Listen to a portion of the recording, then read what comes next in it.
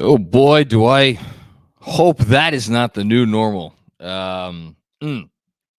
Knicks lose 139. You heard that correctly. 139 to 124 as they get a rather rude awakening for what life is going to be like without Mitchell Robinson for at least the next 3 weeks.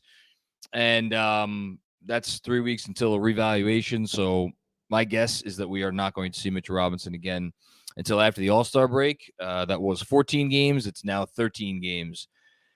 And it's funny. Well, it's not funny. It's you have to laugh to keep from crying. But Andrew Claudio said, I think it was in the last post game before we knew the extent of Mitchell Robinson's injury, that he would consider signing for 5-9 just to get to the All-Star break at 500. I think after tonight, um, I, anyone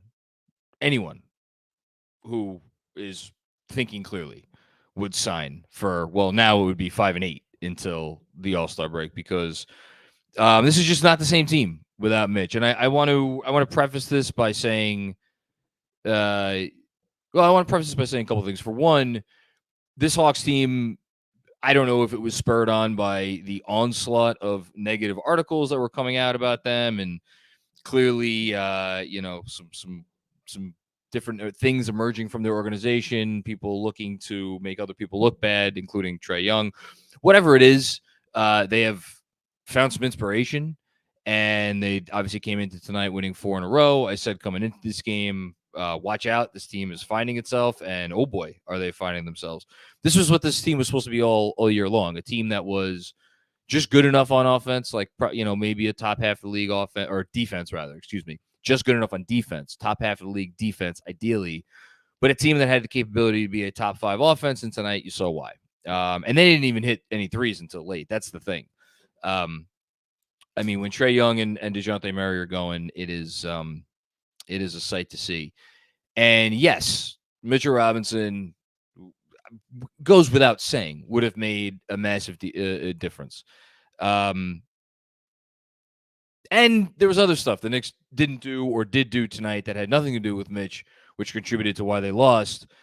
They turned the ball over 11 times. Can't do that when you're down one of your key cogs.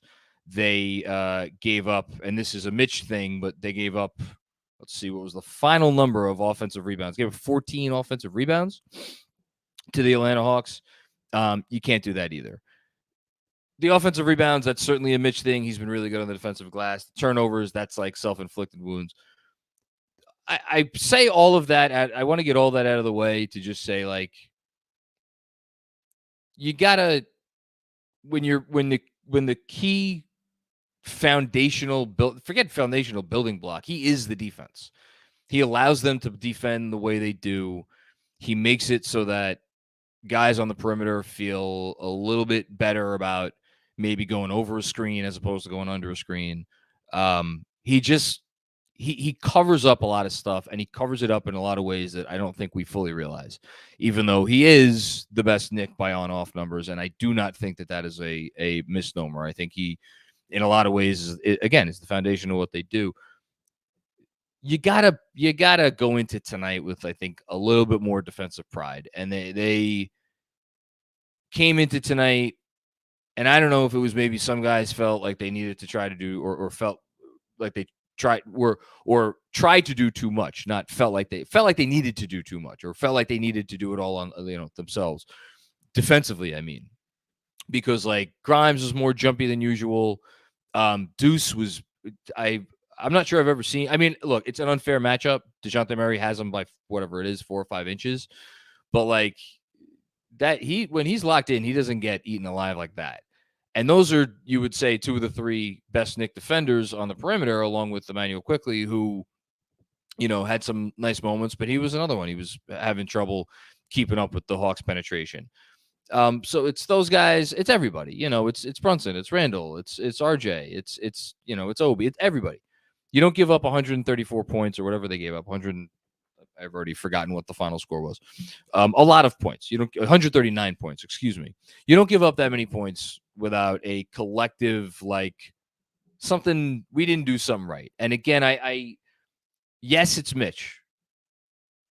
this doesn't happen tonight without Mitch.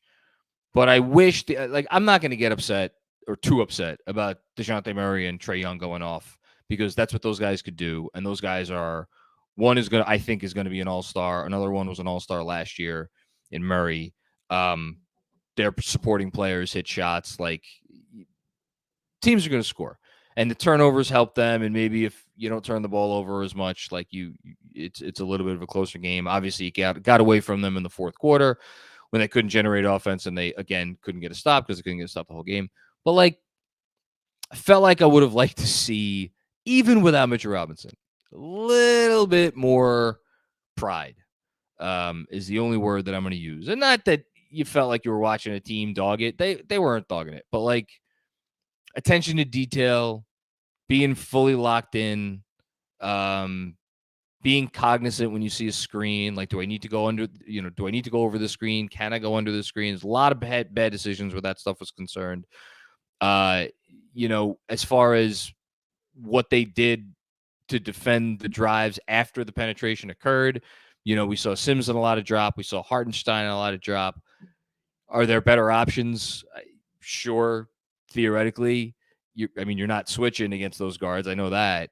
Come to the level a little bit more and challenge them to make the lob throws, especially Murray, because he's not as good throwing those lobs. But this team's just a beast. And again, that's where the offensive rebounds really, really gets at you, because you feel like the occasions you did your job on the defensive end to give up 14 offensive rebounds. But again, it goes back to Mitch. I'm going around in circles because it just reveals the reality that this team is very top heavy, and they are thin at the top. And for a team that does not have a superstar, it's wild that we can have to sit here and say that when they lose any one of their top six, and like, you could tell me Mitch is the most indispensable. You could tell me he's number 2 after Brunson. You could tell me he's like top 3 after Brunson, and I don't know who else you'd want to say.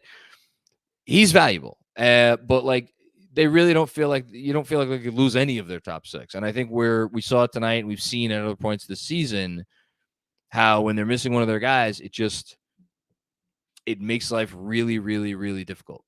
And he is a guy they could not afford to lose, because they just don't have anybody on the roster who could do what he does. I did think Jericho Sims played better as the game went along. I'm excited to see his progression. I was happy he got the start. I thought he played pretty well considering the task that he was up against, the challenge that he was up against. But yeah, you have to be more of a presence, and it's paying attention to every little thing. Don't leak out before your team gets the defensive rebound, for instance. Make sure you're not helping off the corner more than you need to. Like, all the little bugaboos that we've seen all year long really came out tonight. And look, I'm not going to go big picture and make a bigger deal out of it. Like, oh, they've won, they've lost 3 in a row and the wheels are falling off, and this is the beginning of the end, the whole thing. I'm not there. When you're down a guy like Mitch, a guy who's as important as Mitchell Robinson, it's just about triage. I don't care how they get to the All-Star break at 500. I really don't. I don't care how they scrap and claw together, 5 wins between now and then. I don't care if their net rating sucks and there are a couple of games where the wheels fall off like it did tonight between now and then. Just figure out a way to get to the All-Star break at 500. That has to be the goal.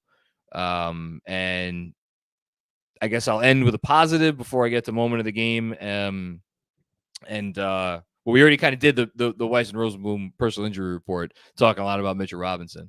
But I'll do that one more time. Yeah, the last thing I'll say is, like, I thought after what was an extraordinarily stagnant, and in fact their most stagnant performance on offense against the Wizards the other night, I did think they came out and they made a concerted effort to pass the ball tonight.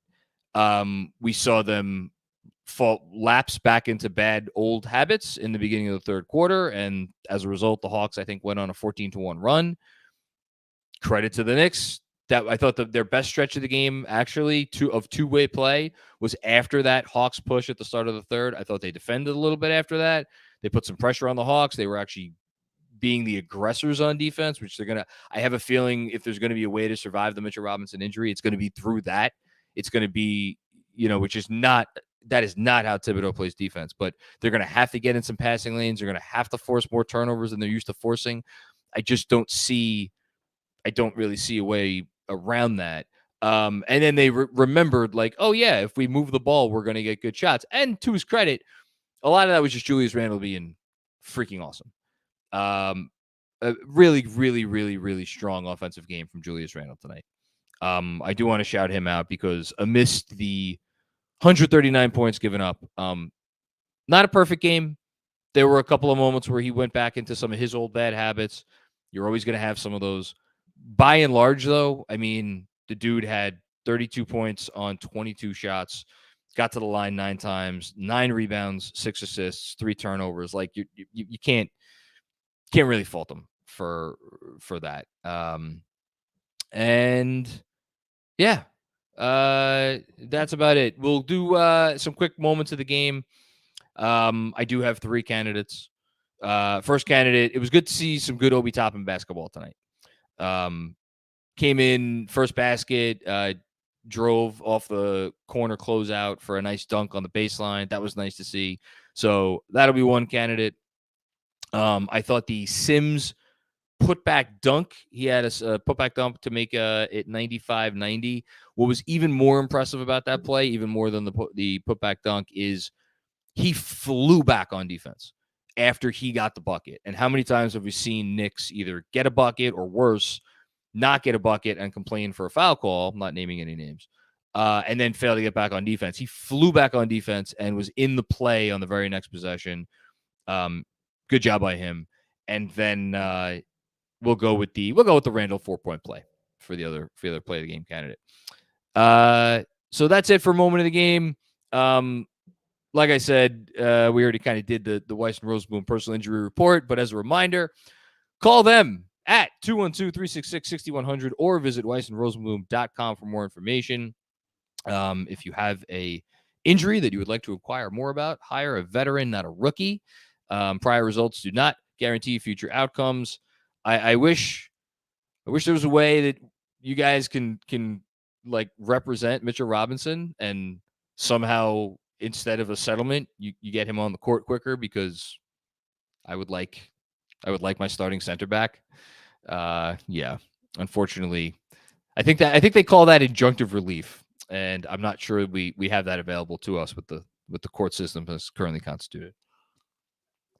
All right, enough for me. I'm curious what people's thoughts are after this game. This is one where I don't think I'm going to have a great feel for where people are going to go, because, lot to get upset about, but also some stuff to be happy about. So let's see what we got. Sergio Acosta, what's going on, Sergio? No Mitch. Pain is a playground. The Knicks look sorry. Yeah, it just, here's what can't happen. We can't go the next month where every game I'm getting on here and being like, oh, and we say the same thing. No Mitchell Robinson, like this is going to happen. Can't do it. And it's also not all on Sims, and it's also not all on Hartenstein. Like I don't. One thing I don't want to hear tonight is I don't want to hear hate for Isaiah Hartenstein up and down. Was he great? No, but like was it his fault? No. You have to stop penetrators, and I understand a lot of those shots that those guys got were in the paint, the short mid-range section, which is where they make a living. Trae Young and DeJounte Murray in particular. And Mitchell Robinson makes a big difference there because he could come out and he's big and long and quick enough that you feel like you're not automatically giving up the lob. But like your guys who are on the perimeter, you gotta prevent the penetration. You just have to do a better job of that. So yeah, there's no two ways around it. That said, I do not think they will face as difficult a task as they did tonight. As I said during halftime, this felt like if you could dodge a wrench, you could dodge a ball type of game. And I don't know if they're going to be getting wrenches quite as fearsome as this. Thanks, Sergio. Forgotten NYC, definitely a Scrooge take, but as harsh a critic of this front office's plan, a second half collapse feeling imminent makes me feel slightly vindicated. I mean, I can't go there. You are our resident Scrooge here, Forgotten NYC. Like, I have a hard time sitting here being critical of the front office when, like, you want to tell them, like, or you want to tell me, like, they built a team that was too, like, look, this is an let's be very frank. It's an imperfect, putting aside the no star thing, which we always come back to, even putting aside that, it's an imperfect roster. There's a lot of blame to go around for that. They have a lot of money invested in players who are not playing right now. You want to blame the coach for that, not being able to properly incorporate Evan Fournier or Cam Reddish or whoever you want. That's fine too. Front office has to own all that. But, like, give the front office credit, and I've been a harsh critic of them as well. Give the front office credit. This team makes a lot of sense in a lot of ways, and in a lot of ways that I didn't think people thought it would make sense. No, you should not be in a situation as a team where one injury to any of your top six basically, like, torpedoes your chances in any competitive game. That's not ideal. That said, it's one game without Mitch. Let's see how they do over the next 3 or 4 weeks before we call this thing a failure. And again, like, the Knicks were supposed to be a play-in team this year. They were supposed to be a spunky, fighting for the 8-9 seed. And here we are, and we're spoiled because we were 6. And some people had notions of us maybe making a push for higher than that. Now, all of a sudden, we're falling back towards that 8-9 range. Just get to the All-Star break. Get to the All-Star break at 500. You'll be right there in the fight. Give yourself a chance to make a push at the end. I don't have any issue. I have quibbles, but as someone who at times has critiqued this front office's plan as much as anyone, it's tough for me to do that. They've built something nice here. I like what they've built. I like the young players. I like Brunson. They made a good decision to keep Randall. We don't have to revisit the Donovan Mitchell thing, but, like, tonight's not the night. I don't think. I think that I could sum it up like that. Tonight's not the night. Thanks, Forgotten. Appreciate it as always. Hamdy M, what's going on, Hamdy? Thank you for the generous contribution. Why didn't we play zone? Is it a Tibbs thing? They held it strong in the third quarter. I thought we had something. Then the gas tank went empty. The Hawks, hashtag Hawks suck. Hawks, I don't think they're going to ever defend at a level that you need to win a playoff series. I think they got pretty fortunate with the matchups the year that they went to the conference finals. I don't think they will get that fortunate again. Yes, us being one of those matchups. As far as the zone, like, I think that's just something you have to practice. And it goes without saying, Tom Thibodeau values practice time. He seems, my impression from the outside looking in, is he's a guy who's much more like, we are going to become excellent at the very specific things that we want to do.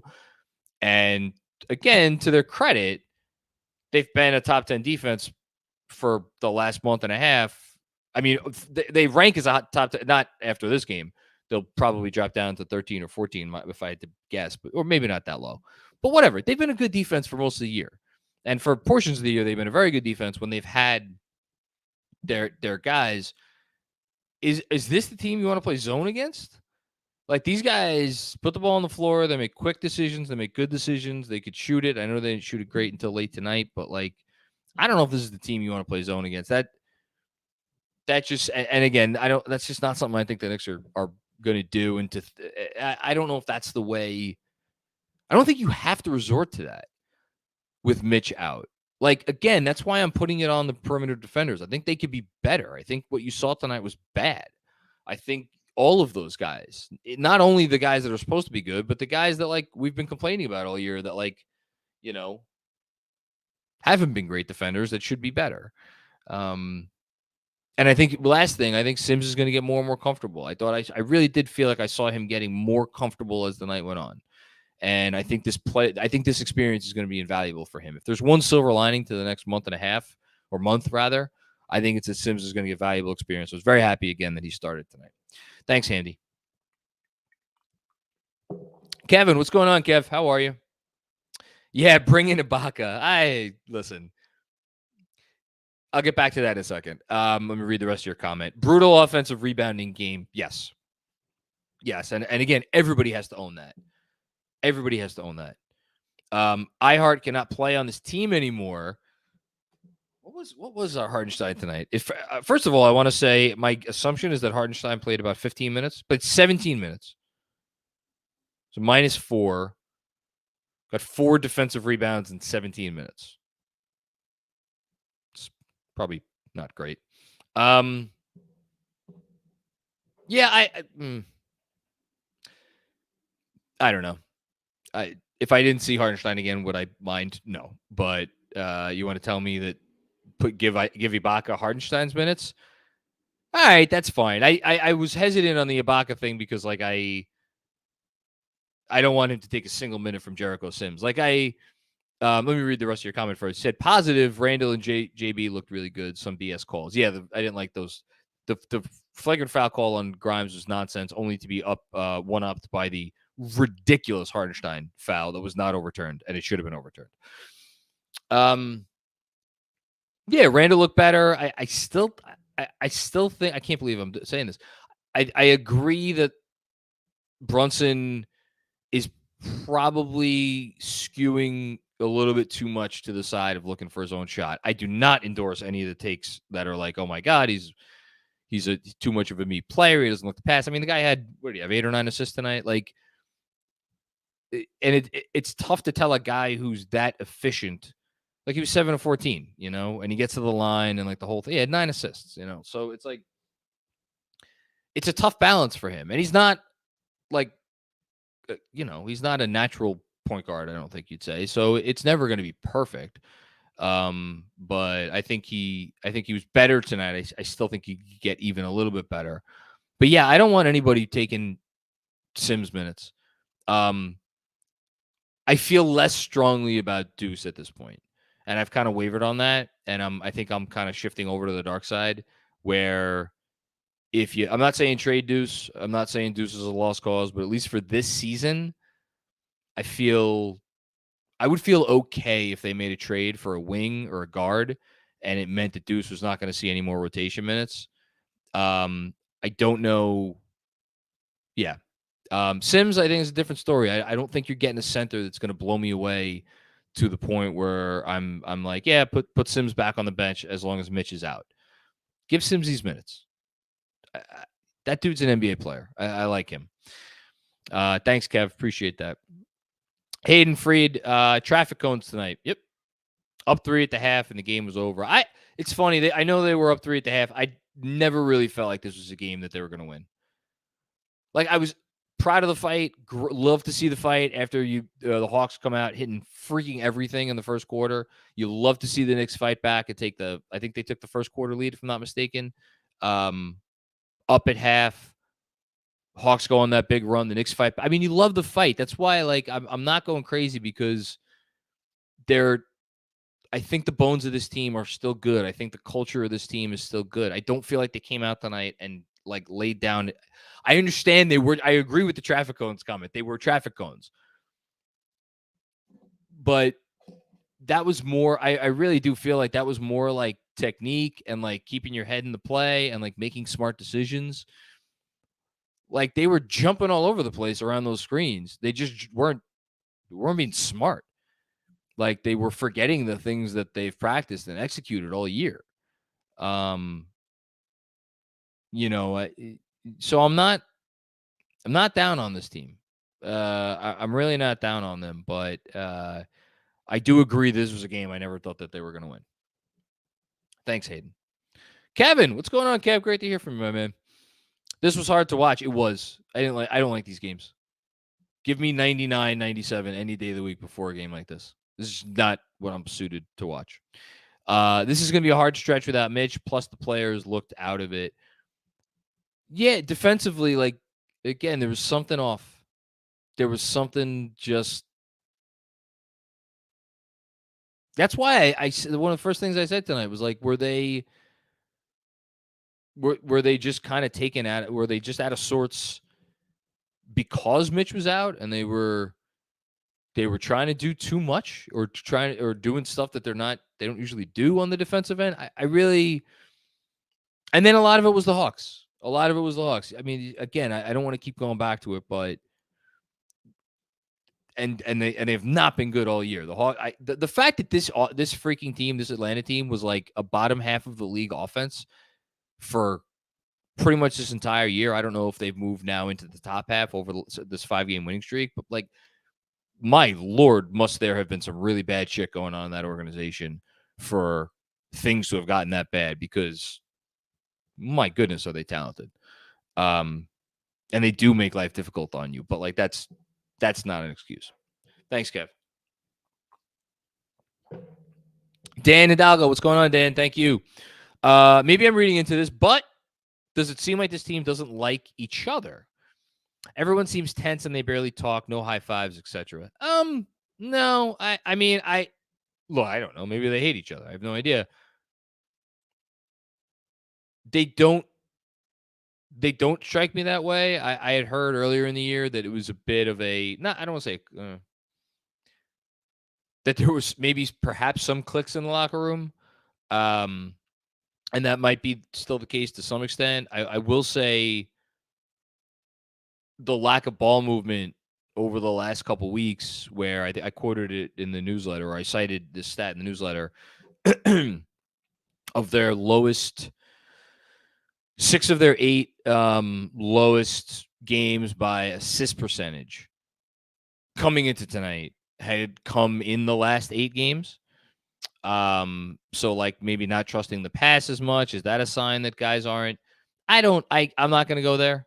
I think like look at Julius. How the hell do you read Julius? Like if you watch Julius, you would think like, oh, this person hates playing basketball and hates everybody around him and like just hates everything. That I don't think that that's true. I think he just has a unique demeanor. I think it's easier to be happy-go-lucky when you're winning, and I think it's harder when you're losing. Now, I think that the biggest if this team didn't like each other, I really do think they would have folded earlier in the season because God knows they had opportunities to fold, and they didn't. But that I don't know. I'm assuming, but I do think tense. Yeah, I definitely think they're tense for sure. Thanks, Dan. Hush Zoo, what's going on, Hush? Knicks can't keep going with iHeart. I'm sorry. He might be an Enes Kanter level. He might be Enes Kanter level on defense. No one is that bad. Hush. Enes Kanter is the worst defensive player I've ever seen in a basketball uniform. And I hate him. His help defense is non-existent. Just go get Serge. Yeah, the Serge thing is interesting. Like, Serge is very old. He's got a lot of muscle memory. Is he the answer? I mean, the reason why I think you should be comfortable if you're the Knicks moving on from Hartenstein is you knew there were going to be defensive issues. Like he's been a terrible defensive rebounder. He's not a good defensive rebounder. We knew that coming in, and like for all the advanced stats that painted him as like the most underrated, like greatest defender in the NBA, like I think we always, I don't know. I think there was always suspicion about how true that was. But whatever you were giving back, and the turnovers were the real bugaboo, and he hasn't even turned it over. Whatever you felt like you were giving back, you felt like you were picking up because of the passing and the offense and the shot making and the whole thing. You're not getting any of that, And again, at this point, I don't even really care about who's to blame for that. So yeah, it make sense to try someone who's maybe a little bit more defensive minded. Absolutely. Problem is if you trade for Serge and then Serge comes in here and he plays well, and then you got Mitch coming back. Well, obviously Mitch is going to play. I mean, I don't know. I guess you can mothball Sims at that point. But I don't know. Hush with another one. I'd go even so far as to say sign Dwight Howard. Please, God, no. Talk about things I don't need in my locker room. Losing Mitch really sucks. Knicks having the second hardest schedule going forward will be a fun ride. Well, look, it'll be a challenge. It'll be a challenge. It'll be a good challenge. It'll be a worthy challenge, and this is what makes or breaks you. I'm not worried about after the All-Star break. Once they get healthy, like, I can't wait to see what they do. Get to the All-Star break in one piece. Can you get there? Can you go 5-8 between now and then?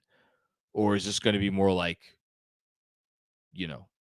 2 in something or 3 in something? Because that would be dispiriting, I hope not. I hope they haven't. I hope they could find 5 wins between now and then, starting on Sunday, because you're not like going to Toronto, right? Sounds like a hard game.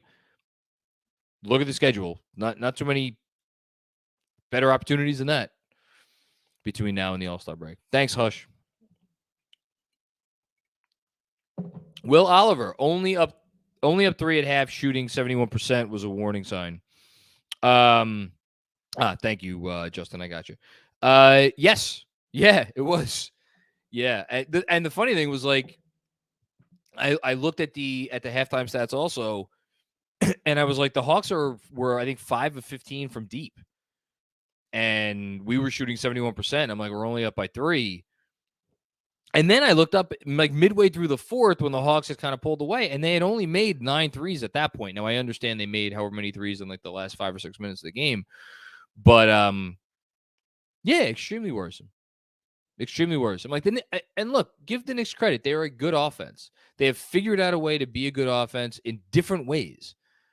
They're better when they pass it, but like I mean, at this point, the one thing you can say is the Knicks are just a good offensive team. You know, so credit to them for that. But man, yeah, you gotta defend. Gotta defend. Thanks, Will. Juanon, what's going on, Juanon? Happy to hear from you. Salute. I'm really hoping this next week doesn't push us into a panic trade. Speaking of, I was waiting on Reggie Bullock to check in tonight. I guess the Mavs didn't hear GMAC's prediction. Well, listen, we love GMAC here, but one of my favorite all-time movies is A Bronx Tale. And I'm not saying he bears any resemblance to Mush, but I think we may need to come up with a new nickname for Andrew Claudio. I think Mush might be General Mush. So we could keep it GMAC, but instead of General Manager Andrew Claudio, it's General Mush Andrew Claudio. Or maybe we'll switch out the general for something else. I don't know. But yeah. Rip up your tickets the second he predicts something. Tough one. Kevin Danishevsky, hate to say it, but probably in the trade Obi for Duarte camp. Come on. Tonight, you found his game a little bit tonight. Tonight's not the night to go trade Obi Toppin. Come on. Don't draw any conclusions based on that stint he had where they were playing small ball. Tibbs was just grasping at straws there, and I'm not sure I blame him. Look, Obi is not in a great place right now, and he wasn't in a great place before the injury. I'm not saying there's no trade that I wouldn't do for him, but this is too good a player and too talented a player. I know he's an imperfect fit, and I know questions about his viability, about what is he going to look like on like a contending team. Forget about all that. Don't trade a guy when his value is this low, unless you're going to get something real for him. And I don't know. I'd be mildly surprised if they got something real for him at this point. So I'm going to gently push back on that one, Kev. Thanks. Jason A. What's going on, Jason? As I switch to the MSG post game and I see Wally Zerbiak talking about God knows what. Who's not an all-star today, Wally? Jason A. Defensive pride aside, given Mitch is out, the scheme has to adjust. Okay, I mean, that's fair, but to what? Can't continue to play drop at the frequency we did and not expect Coach McMillan, DeJounte Murray trade to abuse the lack of a change. So I'm not saying you're wrong, but I'm not saying you're wrong. I do want to at least add a couple caveats. Caveat number one is there is no other team in the league who has, first of all, Trae Young is the toughest as far as guards go, as far as like ball handlers out on the perimeter who penetrate the defense. And then once they penetrate the defense, have the ability to hit a floater or throw the lob or kick out to the corner for that matter. I'm not sure anybody is on the level of Trae Young. I guess you want to give me Ja Morant. You want to give me Doncic, obviously different sort of player. Like to me, it's more like on Murray, they went over too many screens. Like if Murray's going to beat you from outside, let Murray beat you from outside. Young, it's a little bit tougher, but like, he's not shooting particularly well from outside. Like, I think there maybe could have been some adjustment there at the point of attack. Once they get into the teeth of the defense, if you come up more at that point, like, what's preventing the lob? Like then the secondary help needs to come from the corner. So that's going to be, either Randall or RJ. And like, we've seen Randall in those spots before. We've seen RJ in those spots before. And it's not always pretty. I don't want to draw too many negative conclusions about the scheme in the first game back without Mitch, and it happened to be against this team playing with as much confidence as they are right now. Like, and I know that sounds like I'm making excuses, and if you think I'm making excuses, that's fine. I apologize. I just, yeah. I let's see a few more games before we kill the scheme, because like that's what every NBA defense is designed to give up. Those long to mid-rangers. I understand it was a bad idea tonight, but again, I don't know that there was that much of a better idea. Other than be more aggressive, there's a part of me that wonders if that isn't the pivot. But again, I don't want to jump to conclusions. I want to see them against a different team or different teams. Thanks, Jason. I appreciate that. Something to chew on. 1651. It's a good one. Get Beasley or whatever shooting ASAP, no space. I mean, again, is tonight the night to kill the offense? I scored 124 points. I know some of that was in garbage time, but like, yeah, the team needs more shooting. And maybe Beasley is their answer. I don't know. I'm a little concerned that there's not a big enough difference. Like, Beasley's not a good defender. So you're going to add another poor defender to the rotation? I think I'd probably rather get a guy who is a little bit more of a ball mover, a little bit more of a penetrator. Like, this team has a formula that they play with. It's supposed to be drive and kick, drive and kick, drive and kick. And I understand that they are one of the worst three-point shooting teams in the league, but they have guys who can make shots, and they have guys that you should trust to take and make threes in Julius Randle and RJ Barrett, and obviously Quentin Grimes and Emmanuel Quickley, and when he's not the one doing the penetrating, Jalen Brunson, who I believe is now around 40% from three for the year. Like, I just named 5 guys.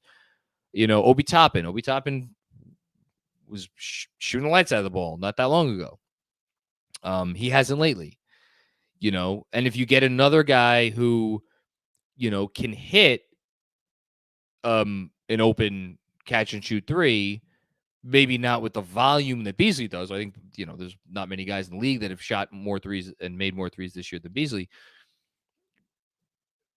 I don't know if I like him as the perfect fit for this team, is the only pushback that I'll give you. Thanks, Juan Sex. It's a great name. David Greeter, Obi has been board certified trash this year. I don't want to kill Obi tonight. Tonight's not the night to kill Obi. It's really tough to defend that team when they're going well. They're super talented. There's a reason I recorded Patreon podcast with Andrew earlier today, and Trae Young is one of my 12 East All-Stars. Dude's rebounded really nicely from a bad for him start to the season. Let's give Obi a little bit more time. 7th game back from injury, and it's his best one. That did some things on offense, which is nice. Thanks, David. Forgotten NYC with another one. Hashtag Resident Scrooge. Hashtag Claudio Curse. You're not Mush, though. You're just Scrooge. Scrooge is different than Mush. I'd probably rather be Scrooge than Mush. Who's a random role player that you think is gettable? Another one from Forgotten NYC. What the hell counts as a random role player? Hold on. I'm pulling up the good old... It's funny. There's one on this team. Once a Knick, always a Knick. Justin Holiday. There. That's my answer. Justin Holiday is eminently gettable. I'm pretty sure Serge Ibaka is gettable. Let me see if I have another answer. I think Ian Begley mentioned Justin Holiday in a report some time ago. That might actually play for the Knicks. I'll give you one.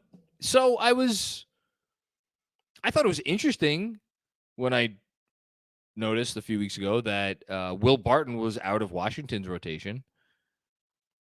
Like, that dude was a really nice player for Denver for a lot of years. Now, I understand it's a lot easier to look like a really nice player when you're playing alongside three-time MVP, soon-to-be three-time MVP, probably.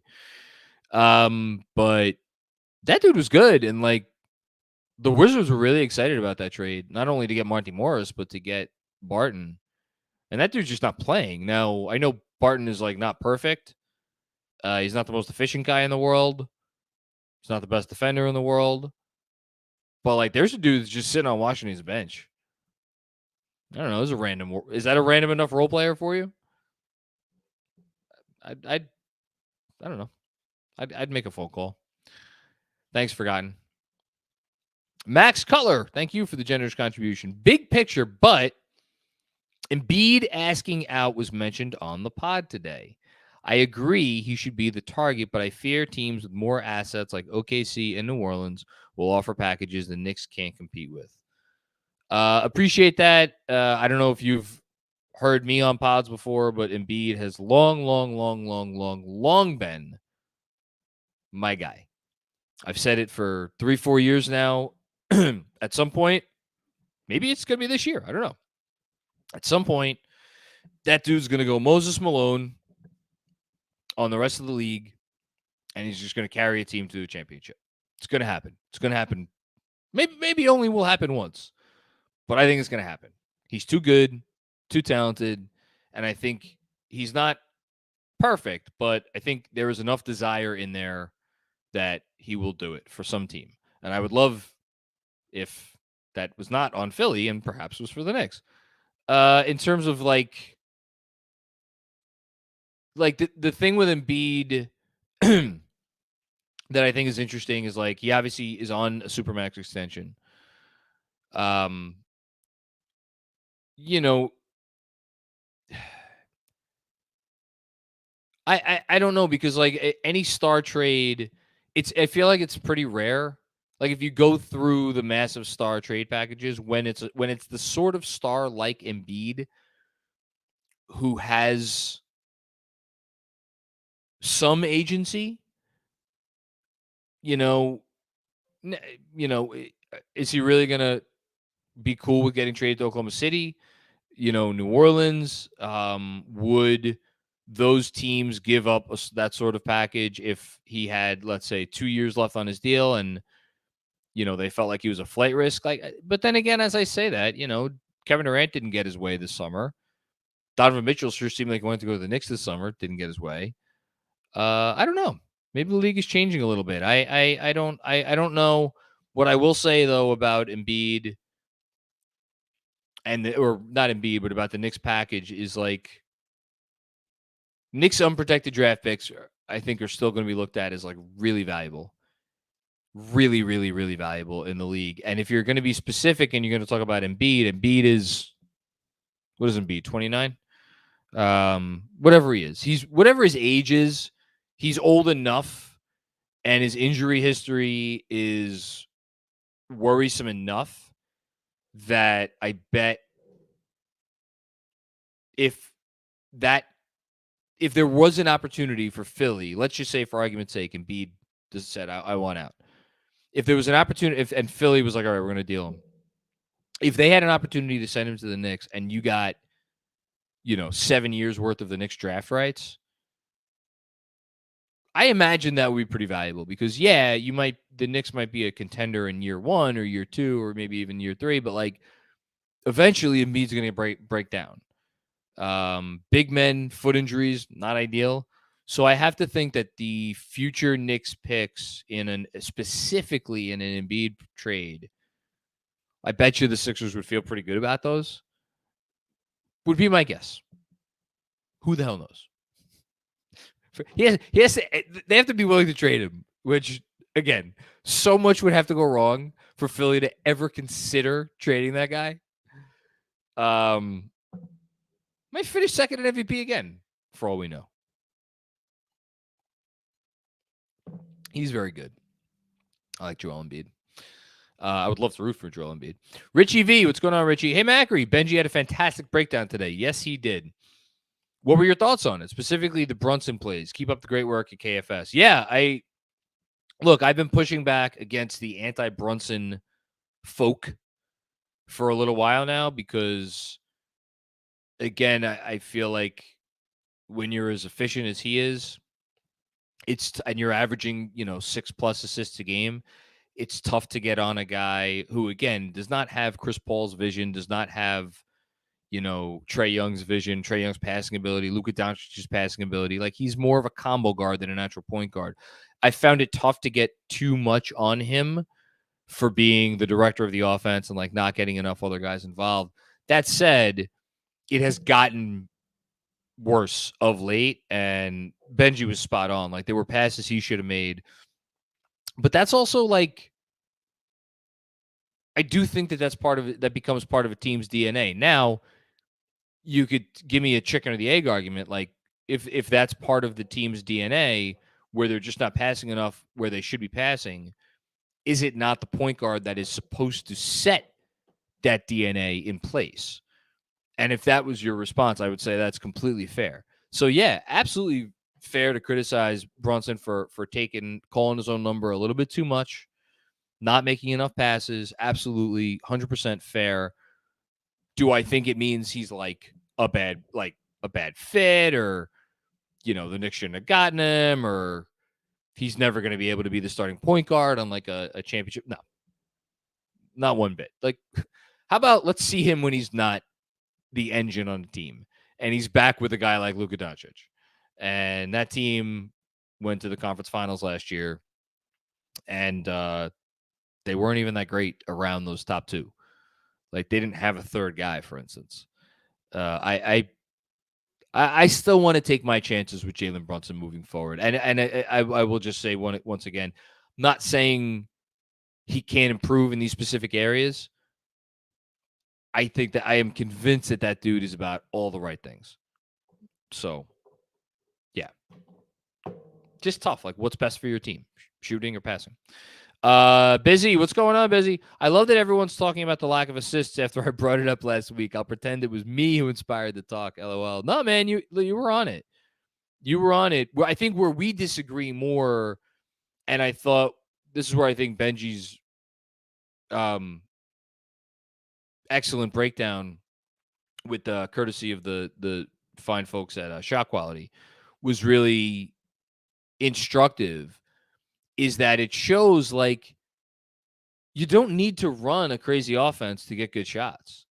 If you have guys like the Knicks have, who are just,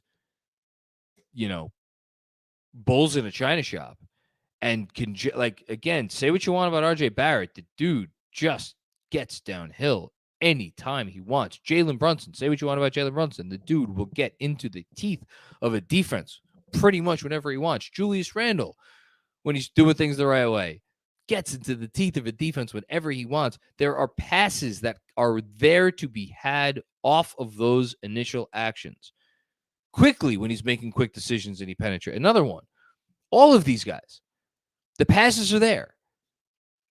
You got to make them. And then after you make them, the guys who you make them to have to be on their P's and Q's. Do I shoot it? Do I drive? And then it's the next action, So, like, I think the offense is fine. The scheme and all that is fine. They're using these players in the right way. It is on the players to now make the right decisions, and they could do a better job of that. Thanks, Busy. Appreciate it as always. Sam Garcia's dad. What's going on, Sam Garcia's dad? Mitch is the one Nick we are least equipped to replace from within. Convince me otherwise. Hashtag Taj. Mentioned Taj in the newsletter today. I don't know if you caught that. So My first inclination, because I did think about this some. It's a great question. My first inclination when I thought about this as I was writing today's Knicks Film School newsletter was Brunson, and that they're least equipped to lose Brunson because he when the going gets tough, you can throw it to him and you're going to get a good shot, and they don't really, there's not anyone else on this team that you could say that about, and yet, like thinking about those games where it was Quickly and Randall together. Even without RJ, right? The Mavs game they didn't have RJ. The Spurs game they didn't have RJ, and it was did they have RJ for the Rockets game? I'm sorry, I forget. Regardless, but like, just think back to like Randall and Quickly. Go heavy on the defense. Like, they almost won that Mavs game. Obviously, we don't have to talk about that, but like. And even the Spurs game, they scored a ton of points in the Spurs game. The Spurs were just a bad matchup because they had a lot of size. And Mitch had a bad game, by the way, in that Spurs game in San Antonio. I don't think it's a crazy argument at all. It's funny, the guy, man, how things could change. The other guy that I'd say is actually Randall. The guy who I was willing to attach a first round pick to get rid of this summer. Man. Good one. Good job, Macri. Yeah, I like without Randall, what is this team? We don't know because he hasn't missed a game. I think they need Randall. Randall might be the other end. Randall, I think, might be the right answer along with Mitch. How wild is that? Yeah. Anyway, and shout out to Emmanuel Quickly, another guy who's played every game. Should be in that conversation as well. Busy. Tonight felt like the Knicks thought they didn't need to play defense. I felt like they thought they could just outscore the Hawks. I completely agree with you. I think that's maybe that's it. More than some poppycock explanation that I'm trying to come up with of, well, they were in their own heads on defense and they were trying to do too much on defense. Maybe they were just like, fuck it, we're going to try to outscore these guys. Hashtag did not work out well. Yeah, you what's it? Occam's razor, simplest explanation is usually the right one. I think that's Occam's razor. I don't know. I'm not good on my philosophy. Yeah, you're probably right. I hope they change their tune. Hope they change their tune. And Busy with another one. Busy, you're on fire tonight. Thank you, man. Your comments are always appreciated. I hope you know that. Not here for any more Obi slander. There we go. Fight the power. Use that man the right way. I thought they used him pretty well tonight in some instances. I thought, what did someone hit him? Brunson hit him. Yeah, Brunson hit him for a lob. Thought that was great. Could be more. See a lot more. We could use him. Why trade him and regret it later? Tonight, he made quick, decisive drives to the basket and made some plays for others. I'm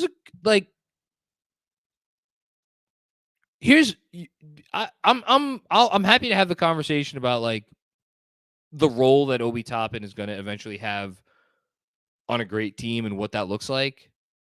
Happy to have that conversation. I'm happy to have that conversation about whether the Knicks should entertain trading him just in a vacuum because they have Julius Randle, and like, is it just better to accept the fact that they're going to move forward with Julius Randle and that is what is best for the team and just move on from Obi for that reason? I'm not going to sit here and be like, you're not going to be able to tell me that Obi Toppin is not a good basketball player. There's a good player in there. That dude, like, somewhere, maybe not here, but somewhere, that dude's going to figure it out. And it may not be like for a great team, but it's going to be fun. And we're going to watch it. If it's not here, we're going to be like, you got to be fucking kidding me. I think Obi's going to be okay. I hope it's here. Thank you, Busy, for fighting the good fight. ML Nair, what's going on, ML? Good to hear from you, man. Randall needs to pass out of triple teams and look more for help from Quickly and Grimes. IQ taking 5 shots in 35 minutes is ridiculous. I didn't even realize that, honestly. That might just be flow of offense stuff. I don't know because Q Tibbs. I haven't rewatched the tape. Yeah, he should have shot it more. Could Randall, I tweeted out tonight, like, Randall did not play a perfect offensive game for as good as he seemed at times. There were some passes he could have made quicker. 100%. I think he over dribbled a few times. But you're always going to get some of that with Julius. Yeah, 5 shots is not enough for Emmanuel quickly. It should go without saying. 5 shots is not enough. ML Nair with another one. On defense, these players are drifting too far from the corners on the weak side. It's been a bugaboo all year. It's annoying that it's still happening to the extent that it is. iHeart is all over the court, helping, and he's too slow. Yeah, and that it feeds into the offensive rebounding problems because the more you're bringing help from all over the fucking place, the more you're gonna be out of position. And if your big guy has to go rotate over to the corner or something, he's not going to be there to get the offensive rebound. So it all feeds into each other. I think some guys are more egregious offenders of this than others. It's an issue. It's an issue for sure. Okay. Well, man. Hey, listen, it's a Friday night. The Knicks lost by a bunch of points. They gave up a bunch of points. So not shocked that we got this one in under an hour. Thank you to everybody who tuned in. Appreciate it. Don't get too upset. Don't quit on this team just yet. It's a tough one tonight, but I think they're going to be all right. They just got to figure out how to survive the next 4 weeks. It's going to be a challenge, though. Starts on Sunday. Restarts on Sunday, I should say. So, yeah, thanks for tuning in. Don't forget to like the video, subscribe to the channel, follow Knicks Film School on social media at Knick Film School, SKOOL. Appreciate everybody as always. Thanks to Justin Palmer on the 1s and 2s tonight. And, yeah, talk to you later. Peace out.